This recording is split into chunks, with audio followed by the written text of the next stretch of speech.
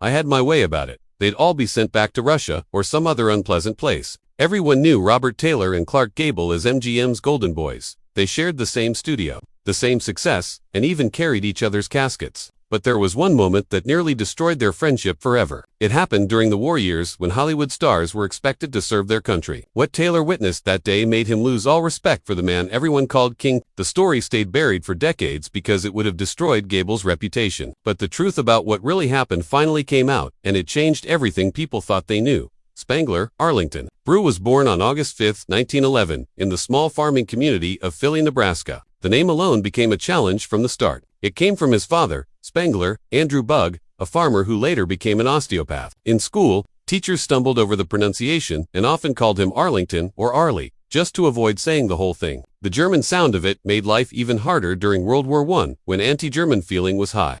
Children teased him and he often felt like an outsider. His mother had chosen the name to honor a distant relative, but it only made her son's early years more difficult. Music was his first passion. At Beatrice High School, he became a skilled cista, taking lessons in Lincoln from Professor Herbert E. Gray. Gray saw something extraordinary in him and pushed him toward a career in classical music. Taylor also dreamed about studying medicine like his father. He enrolled at Dawn College in Cree, Nebraska, planning to follow a pre-medical path. For 2 summers, he performed in a musical trio on KMMJ radio in Clay Center, earning small amounts of money while perfecting his performance skills. Gray believed he had the talent to play with major orchestras, which made him furious when Taylor started acting in campus plays. He was also a star athlete. At Beatrice High School, he broke records in track and field and became a local hero in the late 1920s. His name appeared in newspapers, not just in Beatrice but in Lincoln and Omaha. He wasn't limited to one event. He excelled in several, proving he had natural coordination and determination. Colleges noticed, offering him scholarships. The discipline of early workouts, strict diets, and competitive focus stayed with him for life. That same physical skill would later make him perfect for the adventurous roles he became known for. The biggest turning point came when Professor Gray moved to California to teach at Pomona College. Taylor followed him in the early 1930s, a risky move for someone from a modest family. In California, he planned to keep studying music and medicine, seeing it as a temporary chapter before returning home. But Gray encouraged him to experience everything college had to offer, and that included the theater group. His striking looks and natural stage presence were impossible to ignore. Soon, he was performing in plays, even though Gray worried it would take him away from music. In 1932, while playing Captain Stanhope in a Pomona College production of Journey's End, Taylor caught the attention of an MGM talent scout. The scout offered him a contract starting at $35 per week. It was a small start, but it would grow into one of the most successful careers in Hollywood. When MGM took control of his image, the first thing they did was erase his birth name. Spangler Arlington Bra was gone, replaced with Robert Taylor. Louis B. Mayer and Ida Coverman made the decision without asking him. They said the new name was stronger, more American, and would sell more tickets. For Taylor, it was the beginning of losing pieces of himself. He later wondered if anything of the boy from Nebraska was still there. His looks brought him fame, but also trouble. His perfectly balanced features, blue eyes, and athletic build made him almost too handsome. Male audiences dismissed him as too pretty, and rumors about his personal life began to circulate. MGM put him in roles opposite older, powerful women like Greta Garbo and Barbara Stanwyck, which only fueled gossip. Taylor disliked the image, feeling it trapped him.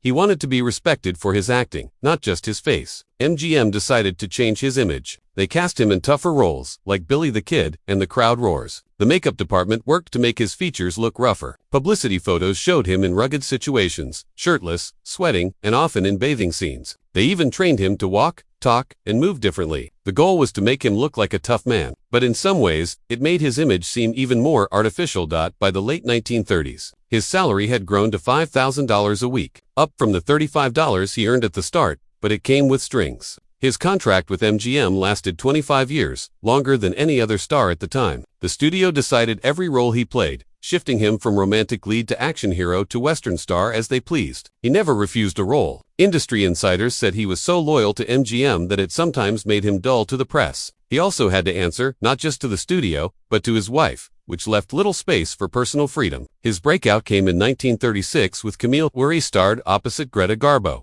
He played Armand, the young man in love with her tragic character Marguerite. Critics praised him, noting that he was better than expected in such a demanding role. The film earned $2,842,000 and proved he could act with depth. Garbo initially found him inexperienced, but she grew to respect his dedication. Camille became one of the great romantic films of its time and finally showed audiences that Robert Taylor was more than just a pretty face. When Barbara Stanwyck married Robert Taylor on May 14, 1939, Hollywood could not stop talking. The age gap was only 3 years, but at that time it was enough to spark whispers across every studio lot. Barbara was 31, an age that the industry often called old for a leading lady. Taylor was 28, the handsome small-town boy from Nebraska, who had become MGM's perfect heartthrob. Barbara had already been married once, owned her own ranch, and was known as a strong independent star. Taylor, by comparison, was still learning the ways of Hollywood. The talk wasn't just about their ages, it was about who held the power. People joked that she was robbing the cradle. Some even called her a mother figure to him. She made far more money than he did and had built her reputation through daring films like Babyface. The relationship flipped the usual roles, and that made it irresistible gossip at every party in town. The wedding itself was pure Hollywood theater. MGM boss Louis B. Mayer didn't simply encourage the match. He ordered it. He told Taylor he would have to marry her, then oversaw every step of the event. They were so superstitious about the number 13 that they waited until just after midnight to exchange vows in San Diego. They used their real names, Ruby Catherine Stevens and Spangler Arlington Brew, to keep things quiet. Marion Marks, wife of Zeppo Marks, and the same woman who had arranged their blind date, stood as matron of honor. Taylor's own family was absent, replaced by a studio apprevent best man. It wasn't love that drove the day. It was damage control. MGM needed a perfect heterosexual marriage to quiet rumors about both stars. Mayer even gathered reporters in Beverly Hills just to announce it. The entire affair felt staged, and insiders privately laughed at how obvious the studio's plan had been. 7 years before she married Taylor, Barbara had adopted a boy named Anthony Dion Fay on February 5, 1932. She had hoped a child might save her troubled marriage to her first husband, Frank Fay. When the marriage collapsed, she kept custody of Tony, but never developed a bond with him. Her own childhood abandonment had left deep scars, and she seemed unable to show him warmth. When Taylor joined the family, Tony was only 7. The boy now had a stepfather who barely noticed him and a mother who treated him like an unwelcome guest. She kept his photo hidden in her closet and avoided speaking about him at all. As he grew older, the distance became permanent. Even when he tried to visit her on her deathbed, she refused to see him. Her brother told Tony to forget she had ever been his mother. She left him nothing in her will. Tony died in 2006, still wishing for a connection that never came. Still wishing for a connection that never came.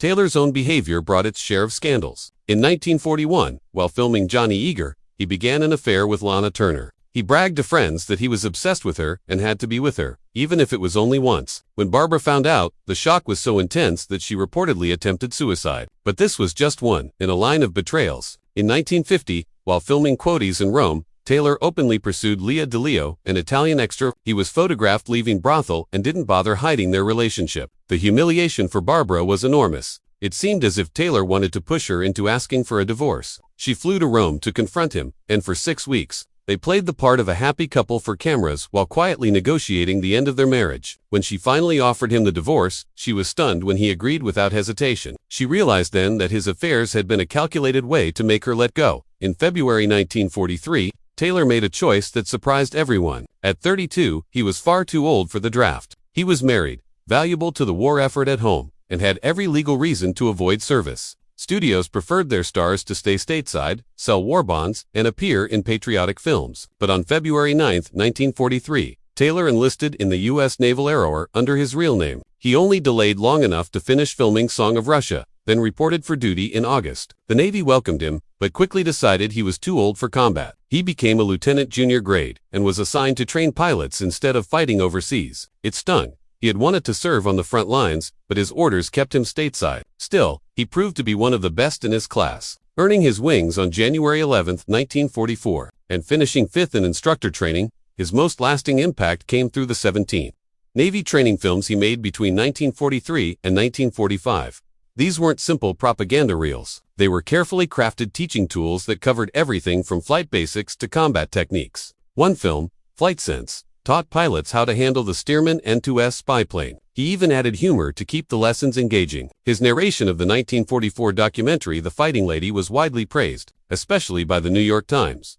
What made this work even more remarkable was that Taylor had never flown a military plane before enlisting. He started at zero, trained intensively in New Orleans, and mastered both flying and teaching. At the Naval Air Station in Livermore, California, he became known for explaining complex concepts in simple, clear ways that stuck with his students. In February 1951, Barbara Stanwyck walked into court and filed for divorce from Robert Taylor, ending what had been seen as one of Hollywood's most solid marriages. They had been together for 12 years. The move stunned the industry because it began as a bluff. While Taylor was filming Quotas in Rome in 1950, he started a very public romance with Italian actress Lea DeLeo. Stanwyck flew to confront him and threatened divorce, hoping it would make him come back to her. Instead, he agreed without hesitation. The financial terms were punishing for him. She was awarded 15% of his gross earnings until she remarried or died. She never remarried and collected every cent. She also kept full custody of her adopted son Tony Dion, cutting Taylor out of the boy's life completely. That same year, Taylor took a role that changed his career forever. Westward, The Women, was a $2.2 million Western directed by William A. Wellman. It told the story of a wagon master leading 150 women from Chicago to California to marry settlers. The film grossed nearly $4 million worldwide and proved he could do more than play handsome romantic leads. His character was tough and decisive, far removed from the glossy roles he had played before. The film resonated in unexpected ways. Decades later, a Spanish village inspired by the movie arranged its own caravan of women, leading to 33 marriages. In the same year, he returned to Rome for Quotas, MGM's most expensive film to date. It had a staggering 32,000 costumes and even featured a young Sophia Loren as an extra. Taylor played Marcus Vinicius opposite Deborah Kerr. The film earned $1,143 million in the United States and Canada, plus $994 million overseas, pulling MGM out of financial trouble. It became the highest-grossing film of 1951 and confirmed Taylor as more than just a romantic figure. His relationship with MGM, however, was complicated. He had been under contract since 1933, making him the last major star from the studio's golden age to still be tied to such a deal by the late 1950s. For years, studio boss Louis B. Mayer kept his salary lower than other big names, playing on Taylor's loyalty and gratitude. By the mid-1950s, Taylor began focusing on westerns, his favorite genre. When his contract ended in 1958, he started Robert Taylor Productions and starred in The Detectives from 1959 to 1962. MGM still found ways to use him, calling him back for the 1963 Western Cattle King. Taylor's path crossed with a young Elizabeth Taylor in 1949's Conspirator. She was just 16, and the age gap was so obvious some thought they looked like father and daughter on screen. He treated her kindly, helping with her studies and praising her talent. They reunited for Ivanhoe in 1952. A film she didn't enjoy, but that became one of MGM's top earners, pulling in $11 million in rentals. In 1952, MGM arranged a meeting between Taylor and German actress Ursula Thess. They met at the Coconut Grove. She later recalled feeling like she was in seventh heaven when he took her to the dance floor. But Taylor, still wary from his divorce, dated others, even his ex. Ursula finally gave him an ultimatum, and they married on May 23, 1954, in a small ceremony on a boat in Wyoming. With Ursula came 2 children from her previous marriage, Manuela and Michael, both shaped by the hardships of war-torn Germany. Adjusting to life in Hollywood was difficult for them, especially under Taylor's strict expectations. Michael's troubles grew over time, leading to a shocking event in 1964 when at 18, he tried to poison his biological father, George Ths. He was convicted and sent to a reformatory for a year. Taylor and Ursula later had 2 children of their own, son Terrence in 1955 and daughter Tessa in 1959. They built a warm home on a ranch in the San Fernando Valley. Friends described them as an affectionate couple. Tessa remembered her father as playful and loving, not the stoic figure people saw on screen. Robert Taylor took a risk in 1959 that many Hollywood stars would have avoided. He stepped into television at a time when most actors thought it was beneath them. The move shocked his peers. Yet, his series, The Detectives, proved him right. It began as a 30-minute crime drama on ABC and ran for 2 seasons before switching to NBC, expanding to a full hour and being retitled Robert Taylor's Detectives. Across its 97 episodes, Taylor played Captain Matt Holbrook, a sharp and determined leader of an elite police unit. The show drew in future names like Adam West, years before Batman, and even had scripts from Gene Roddenberry, who would go on to create Star Trek.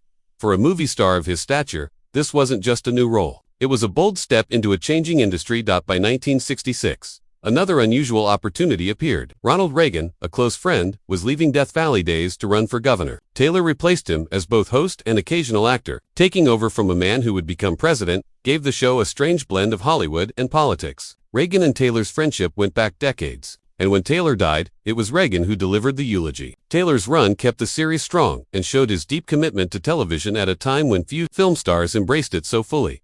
8 years earlier, in 1958, Taylor had walked away from MGM. This was no ordinary exit. His contract had lasted 24 years, the longest in Hollywood history. Starting in 1934, when he was just 23, his first pay was only $35 a week. By 1940, he was making $5,000 a week, working with legends like Greta Garbo, Clark Gable, Spencer Tracy, and Elizabeth Taylor. He appeared in over 80 films before leaving. The move marked the end of an era when actors stayed loyal to a single studio for life. After MGM, the work was steady, but often disappointing. Taylor later admitted he wasn't proud of some of the films he made during this period. The big studio roles were gone, and now he took what was available. There were still moments of quality, like his final MGM film, Party Girl, in 1958. But the change was clear. Without the studio's support, he had to adapt. That shift pushed him deeper into television, where the detectives became a defining role. Behind the scenes, a lifelong habit was already taking its toll. Taylor had smoked since boyhood, 3 packs a day, more than 60 cigarettes daily for decades. By spring 1968, at 57, he began to feel winded and tired. He thought it was just age or overwork, but the breathlessness kept getting worse when he finally sought medical help. The truth was devastating. It was lung cancer, almost certainly caused by his heavy smoking. At first, the public was told he had valley fever, but Taylor confirmed the truth himself, saying in a calm voice, "Oh, sure, it's cancer. All right, lung cancer." He went through cobalt radiation and later major surgery to remove his right lung on October 8, 1968. Astonishingly, he kept smoking until just before the operation. Even after the diagnosis, his addiction still had a hold on him. Incredibly, he kept working. Death Valley days remained his focus. While Ronald Reagan's career turned toward politics, Taylor was fighting for his life while still appearing on screen. Between hospital stays and treatments, he filmed as much as he could, even acting in episodes. The strength he showed during this period was remarkable, though it came at great physical cost. Then, in May 1969, tragedy struck the family again. Taylor's stepson, Michael T.H.S., just 23, died from a drug overdose in his Los Angeles apartment. This happened only 2 weeks before Taylor's own death. Michael.